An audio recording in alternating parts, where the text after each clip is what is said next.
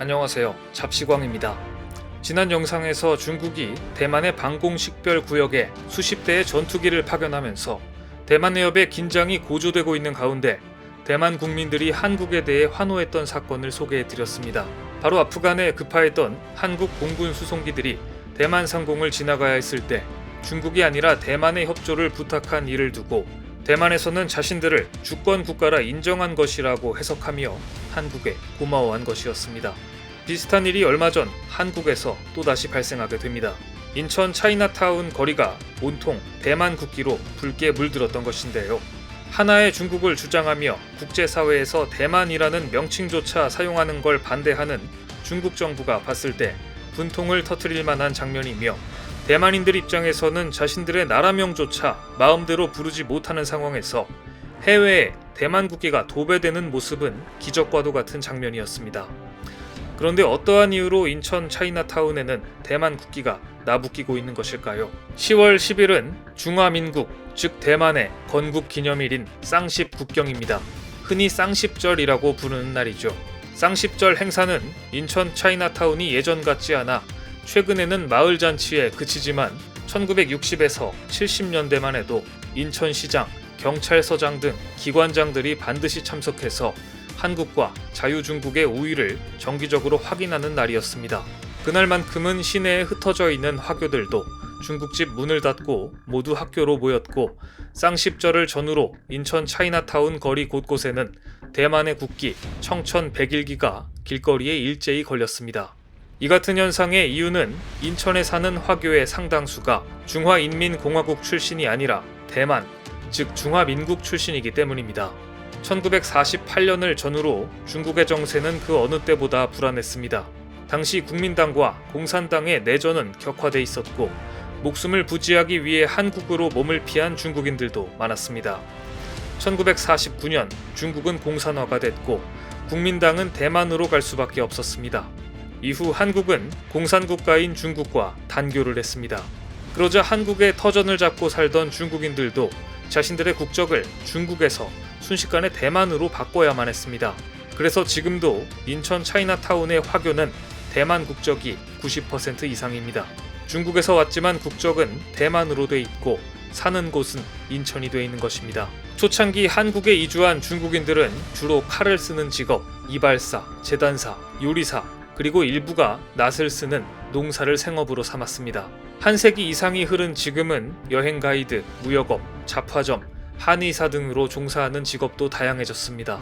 그런데 인천 차이나타운은 다른 나라에 있는 차이나타운과 형성 구조가 근본적으로 달랐습니다. 일본이나 미국, 캐나다 등의 경우 오랜 세월을 거치면서 최초 노동자부터 시작해 근대 중국의 불안한 정국을 피해 이주한 중산층까지를 포함해 중국인 거리가 형성된 경우가 많았습니다. 하지만 인천의 경우 짧은 기간에 많은 변화를 가져오는 근대화 과정에서 중국과 인천이 가깝기 때문에 주로 상업을 위해 왔다가 눌러앉은 경우가 많았습니다. 거슬러 올라가면 중국인들의 이주는 1882년 이모군란 당시 청나라의 군인과 함께 온 40명의 군역 상인들이 이 땅에 정착하면서 시작되었습니다. 이들은 주로 푸젠성, 저장성 등 남방인들로 청나라 군대에 물자를 공급하면서 조선 상인들과 무역도 했습니다. 그 후 1884년 4월 지금의 인천시 설린동 일대에 5,000평 토지에 중국 조계지가 세워졌고 그해 10월 청국 영사관도 이곳에 세워졌습니다. 이후 중국의 건축 방식을 본뜬 건물들이 많이 세워졌고 이곳이 오늘날 차이나타운의 최초 형태가 됐습니다. 그러다 1898년 의화단의 북청사변으로 인해 중국 산둥성 일대가 전란에 휘말리자 산둥성 일대 중국인들이 피난차 가까운 한국으로 대거 건너오기 시작합니다. 이들은 주로 인천을 자신들의 집결지로 삼았기 때문에 인천은 갑자기 서울과 함께 화교들의 양대 세력권이 됩니다. 그런데 외국에 나가 살더라도 조국이 잘 살아야 국민들이 대우를 받는다고 하듯이 청일전쟁에서 패하고 6.25 전쟁을 겪으면서 인천 차이나타운의 중국인들의 입지는 급격히 좁아지기 시작합니다. 화폐 개혁으로 장롱 속 돈을 모두 신고해야 했고 그들이 살았던 건물과 농장이 헐값에 판매되거나 남의 손으로 넘어가게 되자 당시 절반 이상의 중국인들이 이 땅을 떠났습니다. 이후 중국의 개혁개방과 1992년 한국과 중국의 수교 이후에는 관광객이 늘면서 지난 2008년에는 한 해 동안 인천 차이나타운을 방문한 관광객들이 215만 명에 달했을 정도로 차이나타운은 성장했는데요.